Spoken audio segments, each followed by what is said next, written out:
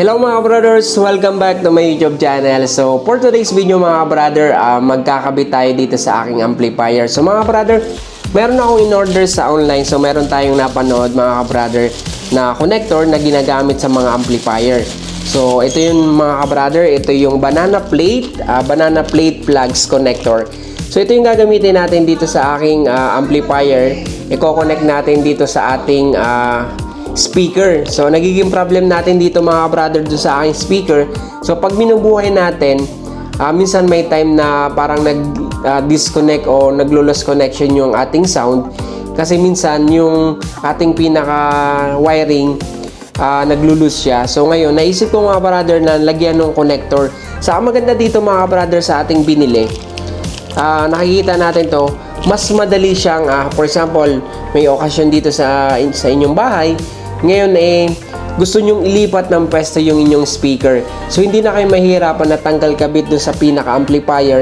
Ito lalagay lang dito yung wiring, tapos sasalpak mo lang to dun sa pinaka outlet ng amplifier. So madali lang siya ilipat.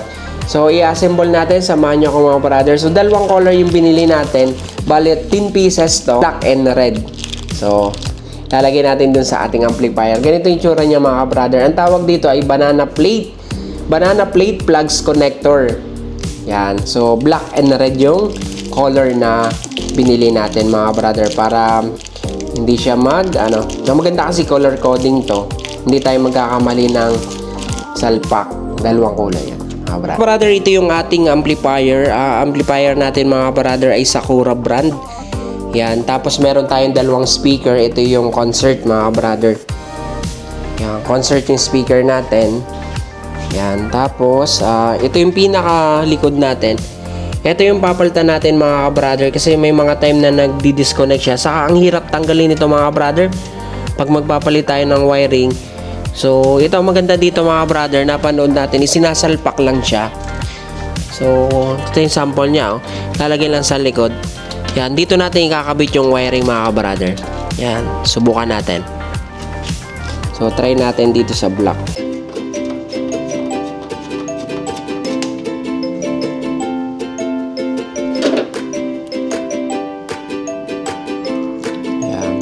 Sasalpak lang natin siya dito.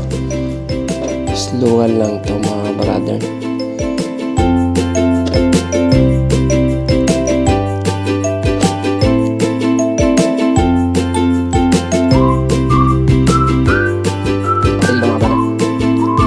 Pag gusto mo ilipat ng pwesto, so ito lang, bubunutin mo lang siya.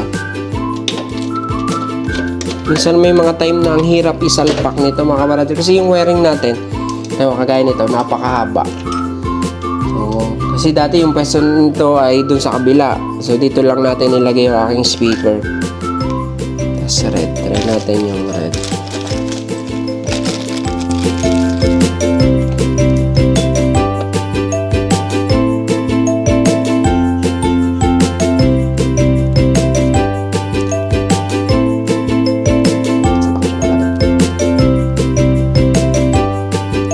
Mura lang to mga brother, wala pang 100 pesos. 10 piraso na yung kasama niya.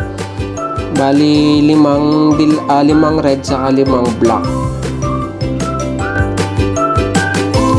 Ito yung wiring natin.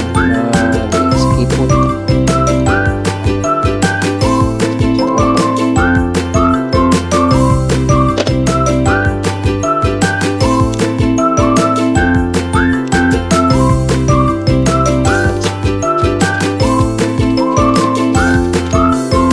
Brother, yung ating amplifier pwedeng dagdagan pa ng speaker. So 4 yung kanyang lalagyan. So magdagdag ng speaker. Lakas yung sound niya. Mahilig kayo sa music. Maganda kasi mga brother dito kaya tayo napabili ng ganitong amplifier pag may mga okasyon.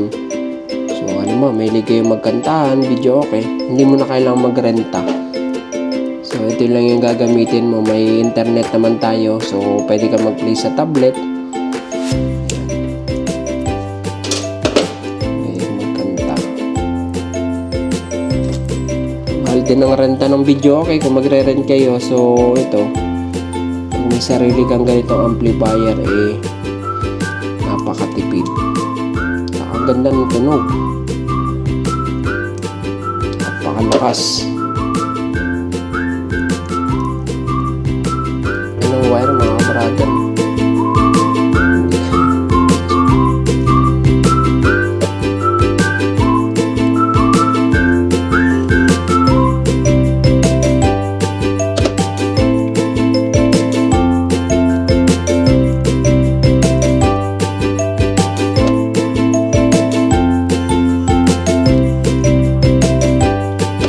Brother, no? Yan. So, ito yung ating connector. So, dito lang natin lalagay. Yan, no? Pwede muna natin.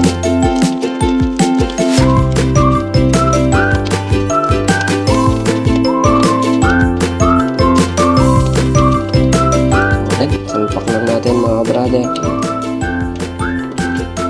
Hindi na tayo tanggal kabit. Yan. Tapos ito naman yung sa speaker.